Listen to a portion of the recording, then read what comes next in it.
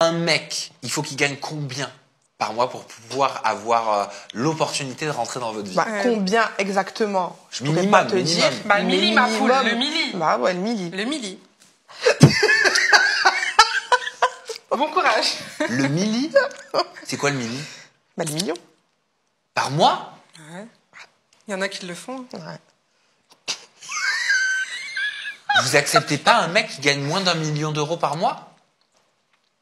Elles n'ont pas la dégaine du genre de femme qu'un homme qui fait le million mensuellement voudra prendre sous son toit. Que ce soit un businessman, un entrepreneur, un chef d'entreprise ou alors un excellent employé à la Silicon Valley, peu importe ce que vous voulez, elles n'ont même pas le quart de la moitié du mental et de la mentalité requise en fait pour être avec un homme de ce statut-là. Vraiment aujourd'hui, préparez-vous un petit peu à rigoler, voilà. Aujourd'hui vraiment on se détend, petite vidéo react, du moins j'espère qu'elle sera petite vu la thématique. On va directement aller au vif du sujet, du moins montrer les extraits les plus intéressants de cette interview qu'on va regarder ensemble. Alors sans plus attendre, commençons. C'est vrai que sur vos réseaux sociaux, on vous voit dans les plus grands restaurants, dans les plus belles voitures, dans les plus belles destinations, avec des très beaux sacs, des vêtements de grands couturiers. Comment vous faites aujourd'hui pour avoir ce train de vie alors que vous avez arrêté vos pratiques? Oui. Alors moi je vis de mon lifestyle tout simplement, de ma carrière. Je suis produite, donc je vis de ça aujourd'hui. Ok. Ajar? Et moi aussi, tout simplement. Je suis avec ma sœur, donc bon, on profite à deux. Et après, à côté, j'ai des projets professionnels. Je peux pas trop en parler, mais je vis aussi de ça. Parce que vous avez l'air d'avoir un train de vie, mais de milliardaire. Bah, milliardaire, je dirais non. pas ça. Millionnaire. Mais c'est vrai qu'on vise le million, ouais. C'est ça. C'est vrai. On n'aime pas les choses simples de la vie. On aime toujours plus, toujours extravagante, toujours des bonnes choses de la Et puis, vie, en fait. vous en jouez. C'est-à-dire que vous remplacez les fleurs par des billets de banque. Exactement. Ouais, Ça fait partie de nos personnalités. c'est ça. C'est le lifestyle des Mais alors, sœurs. est-ce que c'est un rôle que vous vous donnez ou est-ce que Pas vous du menez tout. vraiment la grande vie luxueuse? Ah ben on l'amène. On l'amène, ouais. Si Sinon, on la on la montre, montrait c'est pas. qu'on l'amène. On va pas s'inventer des vies. Mais pour la mener, il faut beaucoup d'oseille. Exactement. Donc ça veut dire que vous avez beaucoup d'oseille. On va rester bref Ouais. sur ce sujet-là. Aujourd'hui, concrètement, qu'est-ce qui vous rapporte de l'argent? Mon train de vie, mon lifestyle. Ok, c'était peut-être la deuxième ou alors la troisième fois que je les entends dire le mot lifestyle. Et à chaque fois qu'elles le prononcent, j'ai comme l'impression qu'elles ne savent pas vraiment ce que ça veut dire, ou du moins qu'elles ne savent pas l'utiliser. Comment est-ce qu'on peut te demander ce qui concrètement te donne de l'argent? Elles répondent que c'est leur train de vie, leur lifestyle. Il faut souvent en fait doser sur l'utilisation des mots anglais si on ne sait pas ce que ça veut dire ou si on ne sait pas comment les utiliser. En fait, ça veut dire quoi que c'est ton train de vie qui te donne de l'argent? C'est censé signifier quoi en fait? Que c'est le fait que tu fasses tout le temps des sorties, tu postes tout le temps sur tes stories, que tu voyages énormément, tu dépenses excessivement, etc. Donc c'est tout ça là qui te donne de l'argent. C'est pas plutôt l'inverse, c'est pas censé plutôt te faire perdre de l'argent? Parce que c'est ça, hein, ce que ça signifie, le lifestyle, le train de vie. C'est littéralement ça, style de vie, genre mode de vie, train de vie, etc. Mais ça ne veut absolument rien dire dans ce contexte-là. Ça ne peut pas signifier que c'est ton train de vie qui te donne de l'argent. Mais c'est genre quoi? Quand elle marche, il y a l'argent qu'elle ramasse au sol. Non, faut qu'elle nous explique. Moi, je comprends pas. Ça ne répond pas à la question. Ce n'est même pas possible de considérer ça comme une réponse. Sauf si, de un, elles ne veulent pas dévoiler ce qui leur donne vraiment de l'argent. Et elles ont le droit, hein. C'est tout à leur honneur. Ou alors, de deux, elles se font juste financer. Genre, il y a des gens, des hommes précisément, qui financent leur train de vie avec ou sans contrepartie. Bref, on continue. Oui, mais moi aussi j'ai un train de vie, un lifestyle. Après, c'est Dieu qui donne. Hein. C'est pas parce qu'on a eu des histoires dans le passé qu'on peut pas forcément rebondir sur autre chose. Complètement, Bah je suis oui. d'accord, mais Dieu Parce il donne pas que- des billets. Ouais, je sais, Ouais, c'est mais lui qui Dieu, donne il la donne la subsistance. subsistance. C'est-à-dire la subsistance. Mais c'est-à-dire que ce qui t'est écrit, ben, il t'est écrit, en fait. Et c'est quoi vous, votre Si, admettons, subsistance? tu dois avoir 1 million, aujourd'hui, tu les as pas, mais demain, tu les auras, les 1 million. Parce que ça t'est écrit, en fait. Exactement. Et Donc, vous, c'était écrit? Ah, ben, si on l'a, c'est que c'est écrit. Elles sont si floues, mais alors si floues sur la question qu'on leur pose. Et ce n'est pas parce qu'elles n'ont pas la réponse à cette question, qui est super giga simple, on est d'accord. C'est juste qu'elles ne veulent pas divulguer ce qui ou alors ce qui leur donne de l'argent, si vous voyez ce que je veux dire. Et ça, le présentateur ne semble pas l'avoir compris. Ou alors, si il l'a compris, mais il veut tout de même réussir à leur tirer les vers du nez. Et donc vous l'avez le million. Pas encore. Mais t'as ça. Ah, donc vous avez 900 000. Ça me fait trop rire. Bref. 900 000. Bref. En France, c'est tabou, hein, l'argent. Bah, c'est pas que c'est des tabous, c'est que c'est personnel. Voilà. Parce Bien qu'on est sûr. en France, tu vas dire ce que tu perçois, tout ça, tu vas te faire cambrioler, les gens, ils vont t'agresser. Donc, on préfère être soft sur ce qu'on Bien est. sûr, mais je suis persuadé que vous aussi, sur vos propres réseaux sociaux, vous l'avez la question. Elle tourne la question. Mais oui. Beaucoup se demandent, et c'est pour ça que je me permets de vous la Mais poser, oui. beaucoup se demandent comment vous faites pour mener ce train de vie-là, parce que c'est vous qui le montrez. Mais oui. Forcément, les gens légitimement se posent des questions.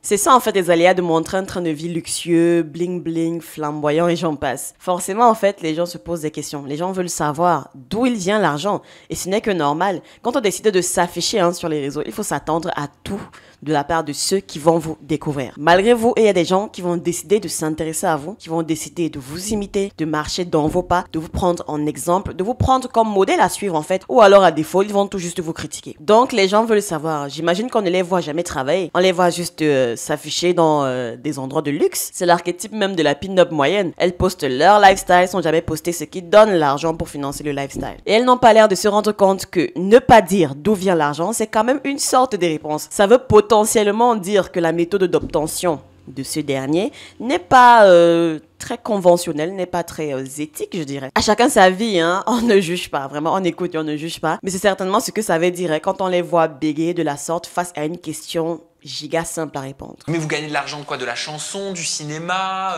vous avez des droits d'auteur, de la création de contenu. Qu'est-ce qui vous permet de mener ce train de vie? Lâche l'affaire, frangin. Vraiment, lâche l'affaire. Je doute qu'elle te dise quoi que ce soit d'intéressant, mais surtout de vrai par rapport à cette question. Et toi, donc, Ajar, tu souhaites être comédienne? Pas comédienne, dans le cinéma. Ah, dans le Actrice. cinéma. Mais faire quoi dans le cinéma? Eh ben, de l'action, des films. De l'action, des films. J'en peux plus de cette interview. J'en peux plus. Et vous, concrètement, est-ce que je peux vous poser la question? Qu'est-ce que vous avez fait en médecine esthétique, en chirurgie esthétique? Ça, c'est personnel.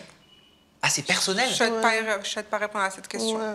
Ah ben je vais respecter, il n'y a pas de souci. Mais juste pourquoi tu souhaites pas répondre à cette question? Parce que ça fait partie de ma vie privée. Bon, à ce niveau, inutile d'être un petit génie pour comprendre qu'elles n'ont pratiquement pas fait d'études réelles dans ce domaine de santé. Et si on se documentait un peu? Alors, Dr Lougain, comment 2 sœurs ont injecté illégalement du Botox à plus de 600 victimes? Révélation sur des pratiques du Dr Lougain, un médecin imaginaire qui cachait en fait 2 sœurs originaires du Nord. Au total, au moins 600 patientes ont été victimes de ces pratiques dans toute la France. Au printemps dernier, 2 sœurs qui proposaient des injections de Botox et de produits de comblement sur leur compte Instagram et Snapchat se font repérer par des cybergendarmes de Lille. Elles sont donc arrêtées en mai dernier. Donc, en mai de 2023, j'imagine. Les gendarmes ont ensuite lancé un appel pour d'éventuelles victimes de ces pseudo-médecins. Celui-ci a permis donc de recenser des centaines de patientes. Au moins 120 000 euros de bénéfices. La méthode était toute simple. Pour se faire passer pour une spécialiste, l'une des sœurs enfilait juste une blouse blanche avec écrit dans le dos Dr Lougain. Les 2 sœurs n'hésitaient pas, en plus des prestations à domicile, à louer des salons de beauté le dimanche. Des allers-retours très rentables entre Lille, Paris et même Bordeaux, à 200 à 400 euros la séance, pour une vingtaine de clientes à chaque fois. On estime leur bénéfice à au moins 120 000 euros. Une pratique très populaire sur les réseaux sociaux devant la justice. 2 sœurs ayant pratiqué des injections illégales dans le Nord-Pas-de-Calais et en région parisienne comparaissent devant le tribunal judiciaire de Valenciennes à partir de ce jeudi. Une affaire qui aurait fait au moins 600 victimes, dont 26 ont déposé plainte. Notamment poursuivies pour exercice illégal de la médecine, 2 jeunes femmes ont été condamnées par le tribunal correctionnel de Valenciennes, l'une à 4 ans de prison, dont 3 avec sursis,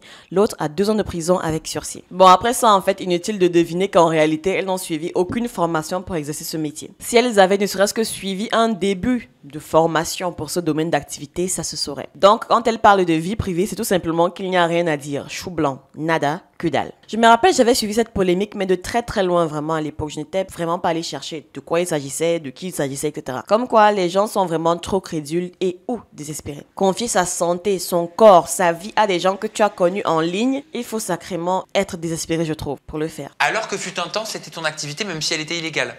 Mais ça n'a rien à voir avec... ça n'a rien à Bah voir. ouais, le physique, c'était pas avec les injections.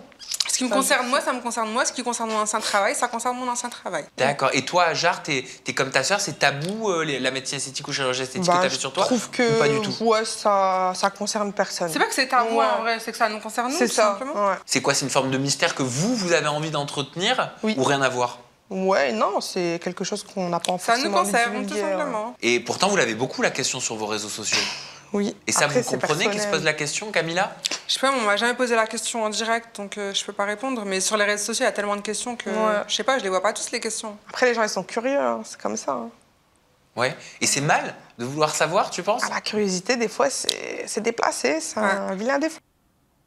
Ah donc, la curiosité s'est déplacée, pourtant vous avez fait le choix d'être public. Vous avez fait le choix de partager votre vie, votre lifestyle, et soudain, tout d'un coup, une fois qu'on vous pose des questions pertinentes, importantes, une fois qu'on vous pose la question de savoir pourquoi et comment, si vous avez un minimum de connaissances dans ce qui vous a rapporté un max d'argent à l'époque, et qui vous a même valu la prison, etc., tout d'un coup, ça devient tabou. C'est votre vie privée, les gens sont trop curieux, la curiosité s'est déplacée. Non mais, c'est vraiment l'hôpital qui se fout de la charité, ma parole. Quels sont les sujets déplacés pour vous, par exemple? Qu'est-ce qui est tabou pour vous? Ben, l'intimité, en fait, quand tu rentres dans l'intimité de quelqu'un, c'est tabou, c'est déplaçant, en fait. Même si c'est visible? Bien sûr. Vous êtes très discrète aussi sur vos relations amoureuses. Ouais, Parce qu'on vous voit tout le temps entre sœurs, mais on vous voit tout le temps entre sœurs. ouais. Justement. Vous êtes fusionnel, vous avez Grave. quelqu'un dans vos vies, peut-être? Vous avez la place pour accueillir quelqu'un dans vos vies? Je sais pas. Je sais pas. Vous avez déjà eu un copain chacune? Ou une copine? Bah, on n'a jamais été mariés, ni l'une Ouais. ni l'autre. Ok. Il n'y a pas de bague. Oui, il y en a une quand même. C'est peut-être un cadeau de toi-même à toi-même. Voilà, c'est ça. Est-ce que vous pensez qu'un homme, il doit gagner plus que vous? Oui, Ah, carrément. très important ça par Carrément. contre. C'est pas une femme qui va nourrir un homme. Ah ouais. Ça fait Moi, mon partie mari, il faut de- qu'il ait, ouais. enfin mon futur mari, il faut qu'il ait une bonne situation, qu'il soit mieux que moi financièrement, qu'il me mette en sécurité, d'accord, que ça soit quelqu'un de fort, de D'entrepreneur. respectable, ouais. de respectueux.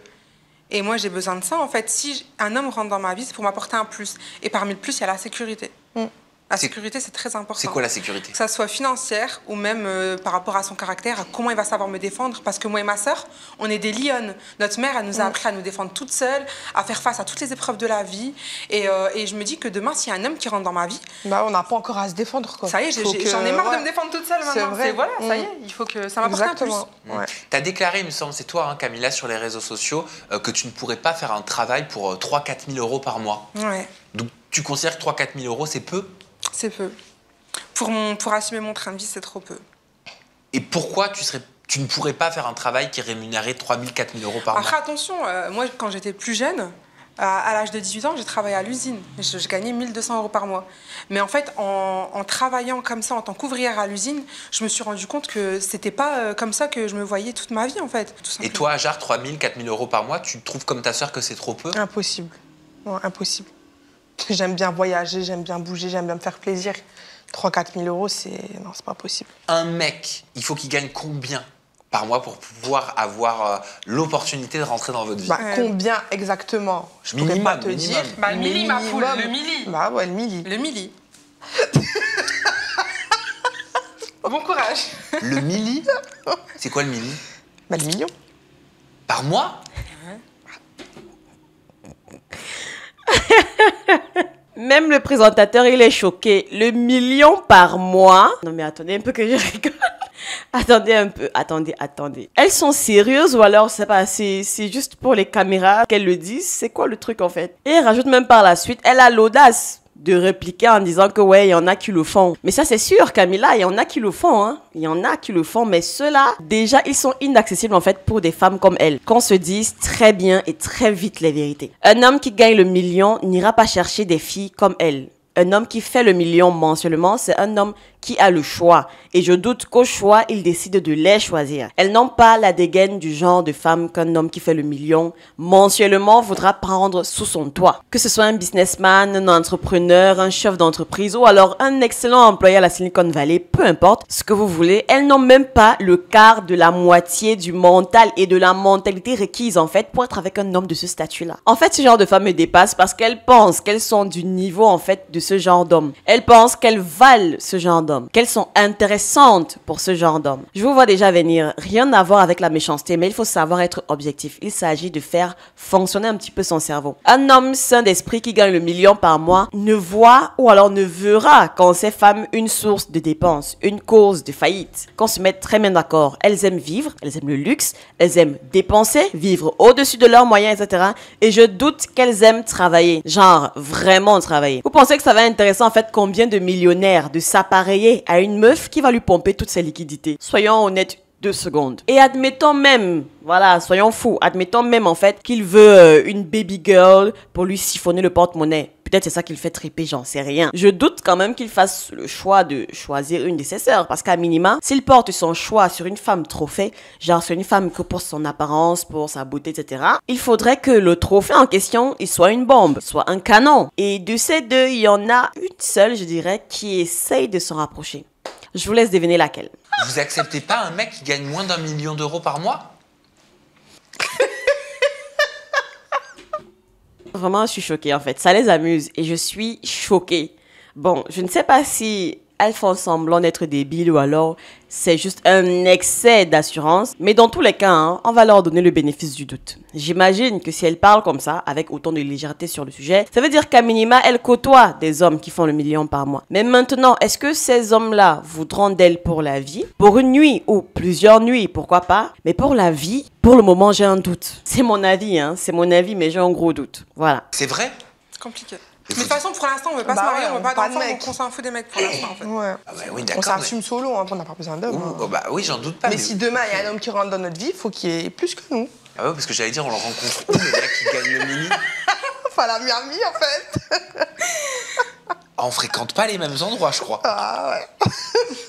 Qu'est-ce que vous pensez du 50-50? Alors, on est encore pire, Éliminatoire. franchement. Déjà, un homme qui propose de 50-50, ça devrait être interdit. Déjà 50-50 au restaurant, tu lui dis bah je préfère aller manger seul en fait. Non, je Pas te besoin de paye, toi, tiens, je te en fait. paye. Bah ouais. Fallait s'y attendre. C'était gros comme une maison. Le 50-50, vraiment. Et puis quoi encore? Ce sont des femmes superficielles. Attention, ceci n'est pas une insulte, mais un constat. Ce sont des femmes superficielles à tous les niveaux, à tous les étages. Et je pense même que les deux l'assument pleinement et n'ont pas de problème avec ce terme. Que ce soit leur physique, que ce soit leur mentalité, que ce soit leur style de vie, leur façon même de voir le monde, c'est superficiel à tous les niveaux. Et pensez donc que des femmes aussi superficielles comme elles envisageraient un concept comme le 50-50. Laissez-moi rigoler. Elles ont besoin d'avoir leur argent et de consommer l'argent du mec qui vient dans leur vie. À aucun moment, en fait, son argent ne doit participer au règlement d'une quelconque facture. Voilà. Il y a beaucoup de couples, et de femmes d'ailleurs, qui pensent que ça doit être Bah, si elles 50-50. acceptent, tant mieux pour elles. Moi, mais- personnellement, je trouve ça scandaleux parce que je trouve qu'un homme, Ouais. il doit prendre son rôle d'homme, il doit subvenir aux besoins de sa femme, il doit la nourrir, il doit payer les factures, il doit subvenir à ses besoins, Et ce il doit qu'elle la touche, vêtir. Ouais.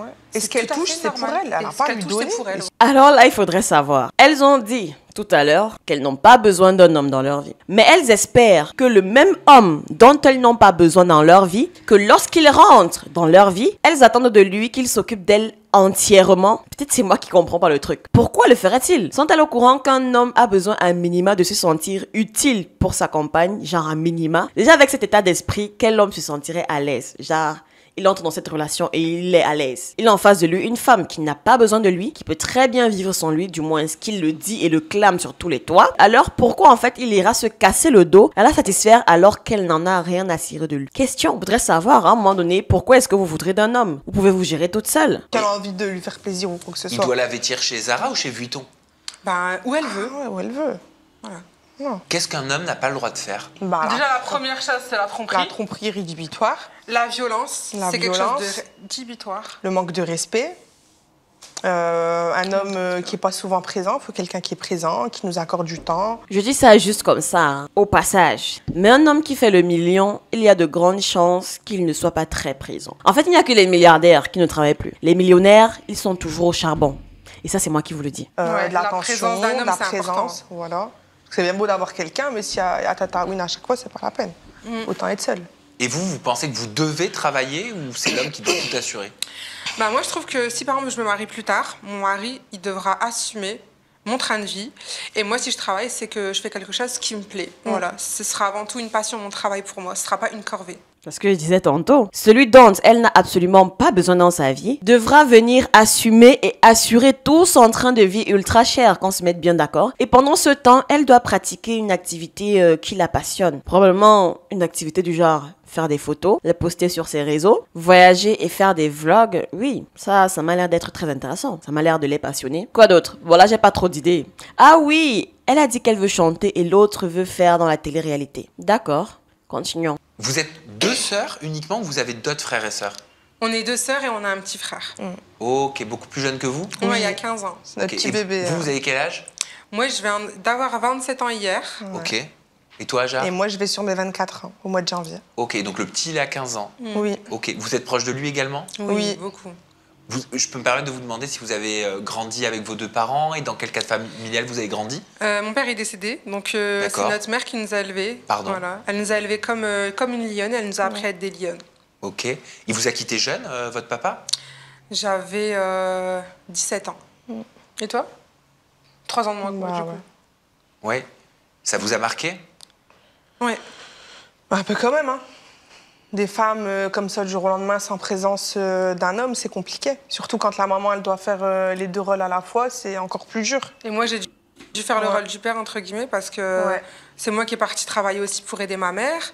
Je travaillais à l'usine, je travaillais dur. Après, j'ai fait quelque chose qui me plaisait. Ma mère, elle m'a dit, va faire de l'esthétique. Donc, j'ai fait 1 an de CAP en esthétique. Et ouais, c'était moi qui prenais un peu le rôle du père dans la famille avec ma mère. Je ne veux pas critiquer. Je ne veux vraiment pas critiquer. Mais elles ont vu, elles ont été témoins, elles ont vécu ce que la perte d'une figure paternelle signifie au sein d'un foyer. Elles ont vécu les complications et j'en passe. Mais 10 ans plus tard, elles viennent dire sur les plateaux télé qu'un homme ne leur sert à rien. Je sais pas, c'est le résultat d'un traumatisme ou quoi, je comprends pas. Comment est-ce possible d'avoir vécu quelque chose comme ça et venir dire par la suite qu'un homme, ce n'est utile en rien pour une femme? Je m'interroge. Vraiment, je m'interroge. Vous aimeriez, vous, devenir maman? Mais après, ça fait partie de notre histoire. Mais ouais. 2. Devenir maman, Ah ouais, mais pas pour l'instant. par la suite. Ouais. Quand on est prête. Bref, je pense qu'on va remballer là. Je pense qu'on a tout vu ce qui pouvait être un tant soit peu pertinent dans cette interview. J'ai décidé de la regarder en entier après être tombée sur un extrait sur TikTok qui m'avait tabassé de rire. Bref, dites-moi ce que vous en avez pensé dans les commentaires, si d'ailleurs vous en avez pensé quelque chose. Peut-être que vous n'en avez rien pensé du tout. N'oubliez pas de liker, de vous abonner, ça me fait super plaisir. On se rapproche de l'objectif des 25 000 abonnés d'ici le milieu d'année. Pensez également à aller me suivre sur mon Instagram, c'est désormais là-bas que je poste mes actualités. Et donc, on se dit à bientôt dans une prochaine vidéo. Ciao!